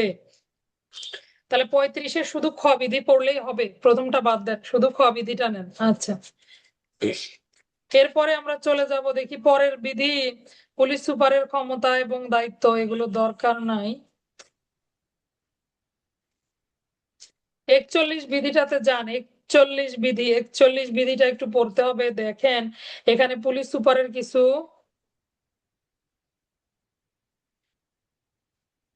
আচ্ছা তাই নাকি? না, আব্বু তো এখন সুস্থ মোটামুটি, কিন্তু একদমই কথা শোনে না, ডাক্তার বলছে আস্তে আস্তে কথা বলতে। সে তো চিৎকার না দিয়ে, তার কমান্ড দিয়ে বলা তো, চিৎকার না দিলে কোনো কথাই বলতে পারে না, আগে একটা হুংকার, তারপরে তার কথা। আচ্ছা যাক, 41 বিধি দেখি আমরা। 41 বিধি, যে সমস্ত কাজ পুলিশ সুপার ব্যক্তিগতভাবে সম্পন্ন করবেন। আচ্ছা, অনেকগুলো বিধি দিচ্ছি, ভয়ের কারণ নাই, এগুলো তো কম গুরুত্বপূর্ণ, এগুলো শুধু এমসিকিউ এর জন্য। একমাত্র লিখিতর জন্য কোনটা, 33 বিধিটা কিন্তু লিখিতর জন্য গুরুত্বপূর্ণ। আর সংজ্ঞার মধ্যে স্কট কমান্ডার কাকে বলে, এইটাই লিখিতর জন্য গুরুত্বপূর্ণ। বাদ বাকিগুলো এমসিকিউ, মানে আপনারা রিডিং করবেন। তাহলে বেশি বিধি দিলে ভয়ের কোনো কারণ নাই। আসেন আমরা 47 পর্যন্ত পরে আজকে শেষ করব। 41 বিধি দেখি, পুলিশ সুপার তিনি ব্যক্তিগতভাবে কিছু কাজ সম্পন্ন করবেন। এই কথাটার মানে কি? কিছু কাজ, একজন পুলিশ সুপার তিনি সমগ্র জেলার দায়িত্বে থাকেন, তাই না? সমগ্র জেলার প্রধান প্রশাসনিক অফিসার বলা হয় একজন পুলিশ, পুলিশ বিভাগের যে প্রধান প্রশাসনিক কর্মকর্তা সমগ্র জেলার, তিনি হলেন পুলিশ সুপার স্যার বা এসপি স্যার বলতে পারি আমরা। তো দেখেন তিনি তো অনেক কার্যক্রম সম্পন্ন করেন, আবার তার কাজ কিছু ডিস্ট্রিবিউট করে দেয়া আছে, এডিশনাল এসপি স্যার কিছু করবে। ধরেন ফোর্সের বেতন, ফোর্সের ডিউটি বন্টন, অন্যান্য দেখভাল, পাবলিক ফাংশন, এই বিভিন্ন কাজগুলো কিন্তু তিনি বিভিন্ন ভাবে ভাগ করে দেন বিভিন্ন অফিসারকে। কিন্তু কিছু কাজ আছে যেটা তাকে ব্যক্তিগতভাবেই করতে হবে, অন্য কাউকে দিয়ে করালে হবে না। সেই কাজগুলো কি কি, তারই একটা লিস্ট দেয়া আছে 41 বিধিতে। বুঝতে পারলাম? অর্থাৎ পুলিশ সুপার ব্যক্তিগতভাবে এই কাজগুলো নিজেই সম্পন্ন করবেন। কি কি? ইন্সপেক্টরদের বিরুদ্ধে ব্যবস্থা, দেখছেন? তাহলে ইন্সপেক্টরদের বিরুদ্ধে ব্যবস্থা গ্রহণ, সহকারী সাব ইন্সপেক্টর ও তদূর্ধ্ব অন্যান্য সকল অফিসারদের নিয়োগ, বদলি, পদোন্নতি, তাই না? র্যাঙ্ক ব্যাচ কে পরিয়ে দেয়? এসপি স্যার পরিয়ে দেয়। তাহলে সহকারী সাব ইন্সপেক্টর ও তদূর্ধ্ব শ্রেণীর সকল অফিসারের নিয়োগ, বদলি, পদোন্নতি, এগুলো পুলিশ সুপার ব্যক্তিগতভাবে সম্পন্ন করবেন। সিনিয়র অফিসারের সাথে চিঠিপত্র যোগাযোগ, আবার ডিস্ট্রিক্ট নোটবুক, জেলার যে নোটবুক আছে এই নোটবুক সংরক্ষণ, 1104 প্রবিধানে পাবেন ডিস্ট্রিক্ট নোটবুক কি। 893 প্রবিধান অনুযায়ী নির্ধারিত যে অর্ডারলি রুম, এগুলো নিয়ন্ত্রণ। এছাড়াও যাবতীয় গুরুত্বপূর্ণ বিষয়, এগুলোর মধ্যে সবচেয়ে গুরুত্বপূর্ণ হলো, দেখেন খ নাম্বার পয়েন্টটা দেখেন, সাব ইন্সপেক্টরদের বড় ধরনের শাস্তি প্রদানের ক্ষেত্রে পুলিশ সুপার কি করবে? নিজেই আদেশ জারি করবেন। তাহলে কাদের শাস্তি দেওয়ার ক্ষেত্রে পুলিশ সুপার নিজেই আদেশ জারি করেন? সাব ইন্সপেক্টরদেরকে বড় রকমের শাস্তি দেওয়ার ক্ষেত্রে পুলিশ সুপার নিজে আদেশ জারি করবেন।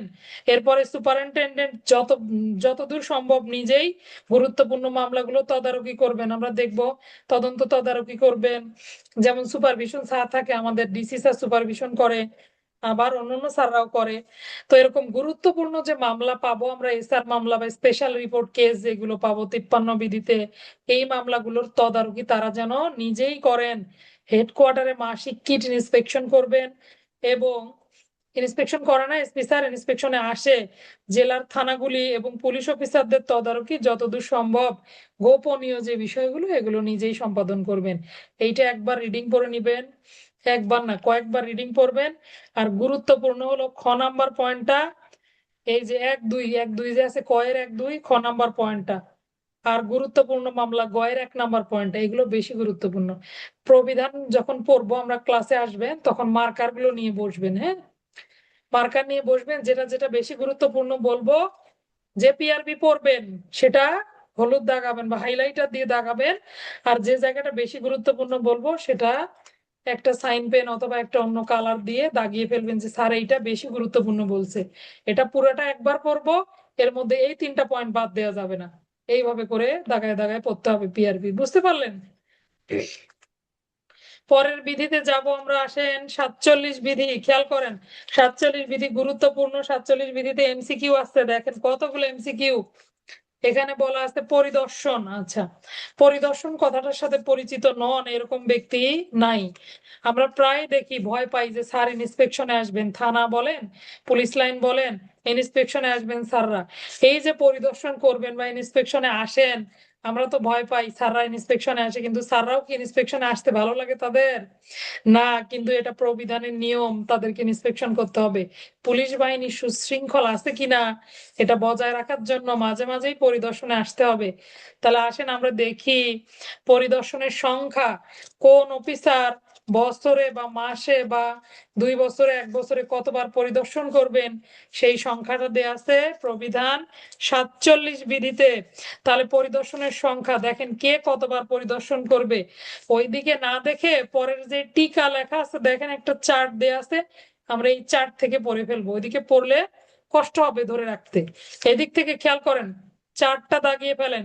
দেখেন inspector general of Bangladesh police অর্থাৎ আইজিপি স্যার, তিনি প্রতি জেলা 2 বছরে একবার। কয় বছরে কয়বার? 2 বছরে একবার। কে? IG sir. প্রতি জেলা 2 বছরে একবার, অর্থাৎ 2 বছর পর পর প্রত্যেকটা জেলায় একবার করে স্যার পরিদর্শনে আসবেন।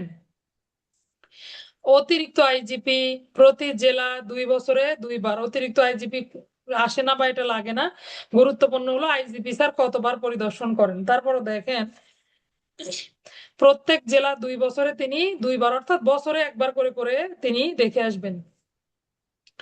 এরপরে আসেন এই যে দেখেন ডিআইজি, ডিআইজিটা দেখি আমরা। ডিআইজি রেঞ্জ ডিআইজি যিনি প্রতি বছর তার রেঞ্জের অধীনে যে জেলাগুলো, police office, court, DSB, reserve office, এগুলো বার্ষিক পরিদর্শন। বার্ষিক মানে কি? বছরে একবার।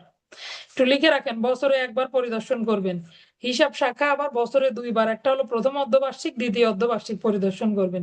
হিসাব শাখাটার ব্যাপারটা একটু ভিন্ন। হ্যাঁ, এরপরে যে কোনো সার্কেল, সার্কেলে গেলে কত বছরে কতবার যাবেন? সার্কেলে 2 বছরে একবার যাবেন। অর্থাৎ আইজি স্যার 2 বছরে জেলায় একবার যায়, ডিআইজি স্যার সার্কেল অথবা থানা, এটা কিন্তু খেয়াল করেন, জেলা না সার্কেল। ডিআইজি স্যার কোথায় যাবে? সার্কেল বা থানায় 2 বছরে একবার যাবে। এরপরে আসেন দেখি এসপি স্যার। এসপি স্যার কত বছরে কতবার যাবেন? তার যে জেলা, সেই জেলা তিনি পুলিশ ইউনিট বছরে একবার পরিদর্শন করবেন, প্রত্যেকটা পুলিশ ইউনিট বছরে একবার। তাহলে পুলিশ সুপার স্যার প্রত্যেকটি পুলিশ ইউনিট বছরে একবার পরিদর্শন করবেন, বাদ বাকিগুলো লাগবে না। তাহলে কি কি পড়লাম আমরা? দেখেন আইজিপি স্যার 2 বছরে একবার, তার যে জেলা প্রত্যেক জেলা 2 বছরে একবার। এডিশনাল আইজি স্যার তিনি কি করবেন? প্রতি জেলা, এটা বাদ দেন, এটা লাগবে না, আমরা সরাসরি ডিআইজি স্যারটা নেব, প্রতি বছর একবার। ডিআইজি স্যার বছরে একবার, আইজি স্যার 2 বছরে একবার। সার্কেল স্যার সে কি করবে? তার সার্কেল, সার্কেল স্যারটা নিতে হবে একটু, প্রথম অর্ধবার্ষিক এবং দ্বিতীয় অর্ধবার্ষিক হিসাবে বছরে 2বার পরিদর্শন করবেন। তাহলে 1 বছরে 2বার। সার্কেল একটু অপেক্ষাকৃত সাবজেক্ট থেকে একটু নিচের পদের না, তার আবার পরিদর্শন বেশি, তিনি কি করবেন? 1 বছরে 2বার যাবেন। তাহলে আইজিপি স্যারের উল্টো, আইজিপি স্যার 2 বছরে একবার যায় জেলায়, সার্কেল স্যার কি করবে? 1 বছরে 2বার পরিদর্শন করবে। আর এসপি স্যার প্রত্যেক পুলিশ ইউনিট বছরে একবার করে পরিদর্শন করবেন। তাহলে এসপি স্যার বছরে একবার, সার্কেল স্যার 1 বছরে 2বার, আইজি স্যার 2 বছরে একবার। জিজ্ঞাসা করবো কিন্তু, এগুলো খেয়াল করেন। আর ডিআইজি স্যার কি করবে? বছরে একবার। ডিএসি স্যার আর এসপি স্যারেরটা সেম সেম, বছরে একবার। শুধু হিসাব শাখাটা বাদ, এটা পরের চিন্তা। সার্কেল থানা এগুলো লাগবে না। সার্কেল স্যার কতটুকু কতবার যায়? সার্কেল স্যার 1 বছরে 2বার। আইজিপি স্যার 2 বছরে, খেয়াল করেন কথাগুলো, আইজিপি স্যার 2 বছরে একবার, ডিআইজি স্যার 1 বছরে একবার, এসপি স্যার 1 বছরে একবার, সার্কেল স্যার 1 বছরে 2বার। কে বলবেন একটু শুনি, একজন বলেন তো। আমি বলি। হুম।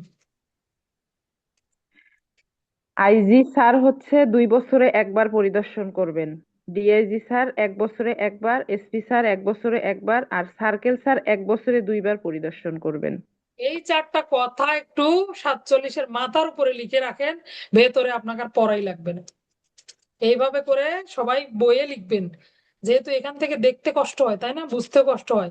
ওই 4টা কথা একদম পেন্সিল দিয়ে বইয়ের উপরে লিখে রাখেন, বাস হয়ে গেল। আচ্ছা, এই পর্যন্তই থাকুক। আগামী দিন আমরা গুরুত্বপূর্ণ ইয়াতে ঢুকবো। 53 বিধি হলো, দেখেন, গুরুত্বপূর্ণ মামলা সমূহ। কোন কোন মামলাকে এসআর মামলা বলা হয় বা স্পেশাল রিপোর্ট মামলা বলা হয়। প্রথম দিকে একটু ইজি আসতে দ্রুত চলে যাব আমরা, একবারে 100-200 প্রবিধান শেষ করা যাবে। পরে গিয়ে মুশকিল, পরে গিয়ে একটু কঠিন আছে, মানে পরে গিয়ে কঠিন বলতে প্রবিধান আপনি পড়লেই বুঝতে পারবেন। বাট প্রবলেম হলো কি, প্রবিধানের অনেক উপবিধি। লেজ মানে বাপ, দাদা, তারপরে বাবা, বাবার পরে ছেলে, ছেলের ঘরে নাতি পুতি প্রনাতি, এরকম হইছে। অনেক বিধি উপবিধি পাবেন এবং অনেক ডিটেলস আলোচনা। কিন্তু আল্লাহ রহম বুঝতে পারবেন, পড়লেই, রিডিং পড়লেই বোঝা যায় পিআরবি, এটা একটা সুবিধা। কিন্তু পিআরবি যেহেতু সহজ ভাষা, ধরে রাখা যায় না। হ্যাঁ, 14 গোষ্ঠী বলা চলে। এত যে 14 গোষ্ঠী দেওয়ার কারণে প্রবিধান, আপনারা হয়তো অনেকের কাছে প্রবিধান সহজ লাগে, আমার কাছে সকল আইনের মধ্যে প্রবিধান আমার কাছে ঝামেলা লাগে। কেন ঝামেলা লাগে? কারণ প্রবিধানের এই যে ইয়া নেই। প্রবিধান যতবার পড়েন সহজ, সবচেয়ে সহজ হলো প্রবিধান। আপনি পড়লেই আপনার মনে থাকবে যে মানে বুঝতে পারবেন যে কি বলতেছে, কোন জায়গায় কি। একবার রিডিং করলে আপনার এটা ক্যাপচার করা সম্ভব। যেমন সাক্ষ্য আইন পড়ার সাথে বোঝা যায় না, ভেঙে ভেঙে ওয়ার্ড গুলো বুঝতে হয়। পিআরবি আপনি পড়লেই বুঝতে পারবেন, কিন্তু পিআরবি এত বেশি হওয়ার কারণে ধরে রাখা যায় না। এই জন্য বেশি বেশি পড়তে হবে, ঠিক আছে? আচ্ছা, তাহলে একটু দেখি আমরা আজকে কি কি পড়লাম এট এ গ্লান্স। তাহলে সর্বপ্রথম এক বিধিটা নিলাম, একে 10টা সংজ্ঞা আছে। কিভাবে 10টা সংজ্ঞা মুখস্থ করব? এসপি অফিসার, অধস্তন নিরস্ত্র, রিজার্ভ সশস্ত্র, reserve officer, escort court office, এভাবে 10টা সংজ্ঞা কেউ পড়তে চাইলে পড়ে ফেলতে পারেন। আচ্ছা, এরপরে পড়লাম আমরা 4 বিধিতে প্রশাসনিক এলাকা। হুম, 4 বিধিতে প্রশাসনিক এলাকা হলো রেঞ্জ, জেলা, সার্কেল, থানা, এভাবে ভাগ করা হয়েছে। নিচের দিক থেকে শুরু করবেন। কতগুলো ইউনিয়ন নিয়ে কি গঠিত? থানা গঠিত। এরপরে কতগুলো থানা নিয়ে সার্কেল, কতগুলো সার্কেল নিয়ে জেলা, কতগুলো জেলা নিয়ে রেঞ্জ। 5 বিধি অধস্তন ফাঁড়ি কাকে বলে? থানা এলাকার প্রত্যন্ত যে পল্লী অঞ্চল, যেখানকার সাথে সহজে পুলিশি যোগাযোগ করা সম্ভব হয় না, সেখানে পুলিশি ব্যবস্থা বা পুলিশি সেবা প্রদানের জন্য পুলিশের যে ইউনিট স্থাপিত, তাকে বলা হয় অধস্তন ফাঁড়ি।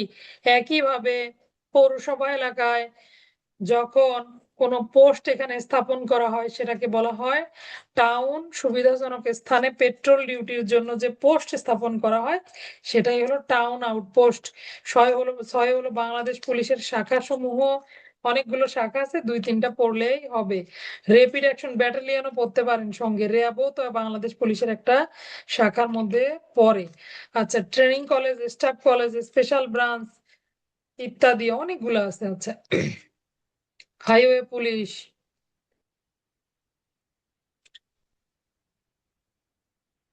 তারপরে গেলাম, কত বিধি পড়লাম? 30 বিধি। আদালত এবং ম্যাজিস্ট্রেটকে পুলিশ অফিসার সম্মান প্রদর্শন করবেন।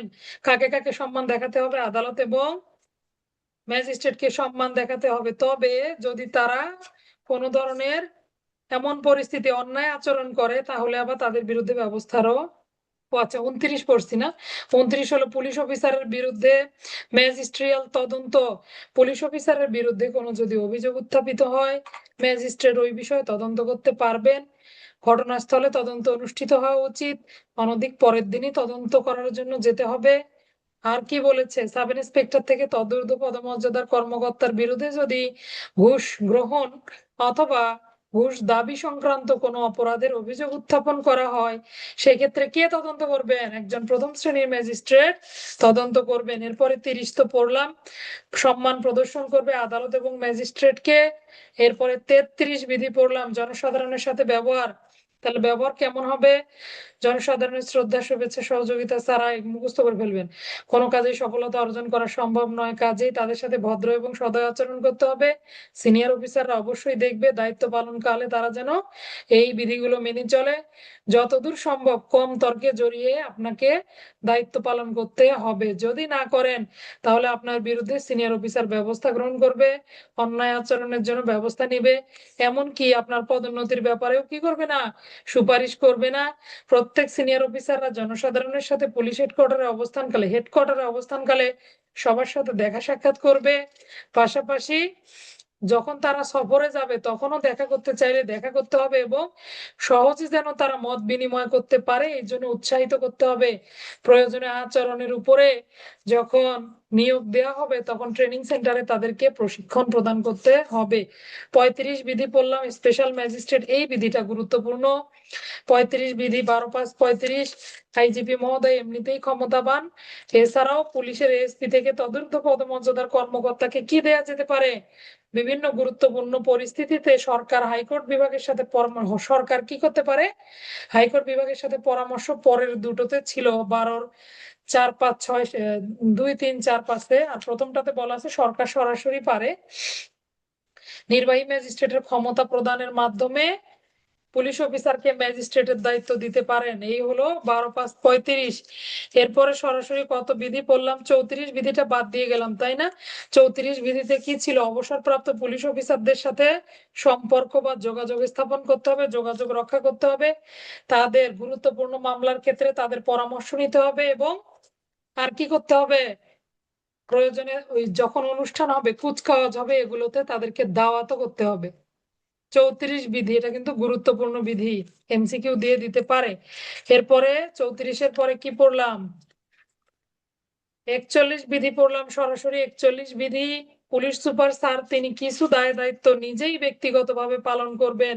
ইন্সপেক্টরদের বিরুদ্ধে ব্যবস্থা গ্রহণ, সাব ইন্সপেক্টর থেকে তদূর্ধ্ব কর্মকর্তাদের বদলি, পদোন্নতি, আর কি কি করবেন এগুলো একটু রিডিং করে নিবেন। গুরুত্বপূর্ণ হলো সাব ইন্সপেক্টরদেরকে বড় ধরনের শাস্তি যেন নিজেই প্রদান করে, গুরুত্বপূর্ণ মামলাগুলো যেন নিজেই তদারকি করে।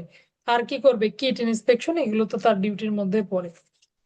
আচ্ছা, এরপরে চলে গেলাম কত বিধিতে? 47 বিধিতে কে কতবার পরিদর্শন করবেন? আইজিপি স্যার 2 বছরে একবার, ডিআইজি স্যার বছরে একবার, এসপি স্যার বছরে একবার, সার্কেল স্যার 1 বছরে 2 বার।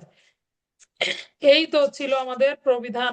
আগামী ক্লাস থেকে 53 থেকে পরের প্রবিধানগুলো দেখে আসবেন। একটু বলে দেই কোন কোন গুলো দেখবেন। প্রবিধান 53-54।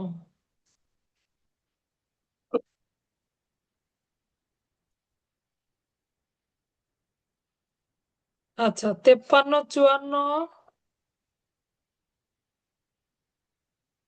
এই বইটা একদম সাদা, আমার বই তো দাগ দিয়ে ভর্তি, এক নজর দেখলেই বোঝা যেত। কিন্তু আমি এই বই দেখে কিছুই চোখে দেখতেছি না, কানার মতো লাগতেছে আমাকে। বই না দাগ থাকলে আমি মানে ইয়ে পাই না। আচ্ছা, তাহলে 53-54 নেন, আর আমি দেখি কোনটা কোনটা পড়তে হবে আমি জানাবো। আচ্ছা, সফরের সংখ্যা 57 নেন। 53-54-57, 58, 60, 61, 62, 60, 61, 62, এগুলো দাগিয়ে রাখেন, আপনাদের পড়া থাকবে, একবার রিডিং পড়বেন। 66, 66-র ক, মোকদ্দমা প্রত্যাহার, খুবই গুরুত্বপূর্ণ। 67 থেকে এক লাইন দেখবো আমরা। 67, 68, ট্রিপল স্টার দেন। 68, কিরে অন্না? 56, 56 তো বলি নাই। ও হ্যাঁ, 56 লাগবে। 56 তো সিডিমিডির কথা আলোচনা, ইয়ার কথা বলা আছে। 56 লাগবে। এরপরে 68, 68 বললাম, বাকিগুলো লিখছেন? লাগবে লাগবে। 56, 55 বাদ দাও। কি কি বললাম? 53, 54, 56, 57, 53, 54, 56, 57, 58, 58, 60, 60, 61, 62, 63 বাদ দেন, সরাসরি চলে যান 67, 66, 66-র ক বলছি না? 66, 66-র ক। 67, 68, 69, 70, খুবই গুরুত্বপূর্ণ, গেজেট এগুলো লাগবে। 69, 70, 71 লাগবে না, 72 লাগবে, 72। এগুলো আপনারা আগে দেখে আসেন, তাহলে কালকে আমরা দ্রুত শেষ করে ফেলবো। 72। এরপরে আসেন 75, ঊর্ধ্বতন অফিসারের গোপন রিপোর্ট। 75, 76, অধস্তন অফিসারের গোপন রিপোর্ট। কালকে কি বার? শনি, সোমবারে ক্লাস আপনাদের ইনশাল্লাহ। এই জন্য তো এত বেশি পড়া দিচ্ছি, এগুলো সব দেখে আসবেন, কালকে ক্লাস নাই। 76, আজকে রাতেই দেখি একটা লিখিত প্রশ্ন দিয়ে দেবো সাক্ষ্য আইনের। সবাই প্রস্তুতি নেন। আচ্ছা, এগুলো আর লাগবে না, সরাসরি চলে যান। এই যে এটা নেন। 85 ইন্সপেক্টর গণে সাব ইন্সপেক্টর গণের সুযোগ সুবিধা। 85, 86 উত্তম গণতৎপরতায় অংশগ্রহণ। 87 চাঁদা আদায়। 88 যেগুলো বলতেছি দাগ দেন। 88 অস্ত্র আইনের প্রয়োগ হতে অব্যাহতি। 89 বেতের লাঠি নেওয়া যাবে। 91 সূচি, এগুলো সূচি বললেই হবে। খেয়া সেতু সড়ক শুল্ক থেকে অব্যাহতি। 93 জেনারেল প্রভিডেন্ট ফান্ড, এটা একটু নেন। জিপিএফএস এ টাকা কর্তন করে কত বিধি অনুযায়ী, এটা একটা বেসিক ইয়া জিজ্ঞাসা করতে পারে। 93 এগুলো কেউ জিজ্ঞেস করতে পারে, তখন ফির বলতে না পারলে একটা কেমন নয়, এটা একটু এমনি নেন, এমনি মানে নিজের জানার জন্য। এরপরের বিধিগুলা দরকার নাই, সরাসরি চলে যাব আমরা। 99 বিধি, 99 বিধিটা একটু দাগ দেন। এটা এমনি একটা ভাষা ভাষা জ্ঞান যে কি বিধি কি অনুসরণ করবে, এখানে অনুসরণীয় নীতিমালা বলা আছে। ও 98 দাগ দেন। 98 পুলিশ অফিসারের বিরুদ্ধে ব্যবস্থা। 98, 99, 100, 101 এই পর্যন্ত থাকবে আগামী ক্লাস ইনশাল্লাহ। এই পর্যন্ত আগামী ক্লাস থাকবে, তাহলে বুঝতে পারলাম কত থেকে কত। 53 থেকে 101 বিধি পর্যন্ত আগামী ক্লাসে একটা বার পড়ে আসেন, দেখেন ক্লাস কত ভালো লাগে।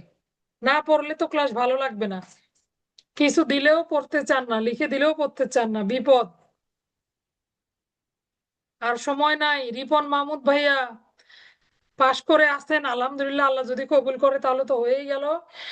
আর যেহেতু মিশনের আপাতত কোনো সংবাদ নাই, মিশনের আশায় পড়ালেখা বাদ দেন না ভাই, পড়েন একটু। যেদিন আল্লাহ কবুল করলে যাবেন, সমস্যা নেই, আল্লাহ ভরসা। মিশনের আশায় পড়ালেখার ক্ষতি করা যাবে না, কারণ ভবিষ্যৎ আপনি আমি জানি না, তাই না? আরে এভাবে বলেন না, হবে ইনশাল্লাহ, তো যখনই হোক হবে। তো এখন কথা হলো, সেই আশায় তো র্যাঙ্কের এটা করা যাবে না আমার মতে। আচ্ছা, এগুলো পরে শুনি। আমার মতে কি জানেন, আমার মতে হলো আগে পদোন্নতিটা, সম্মানটা আগে নেন, এরপরে মিশনের সুযোগ বহু আসবে জীবনে। ঠিক আছে, রেকর্ডিং এ পর্যন্তই বন্ধ থাকলো। ধন্যবাদ সবাইকে, আগামী ক্লাসের আমন্ত্রণ জানিয়ে আসসালামু আলাইকুম।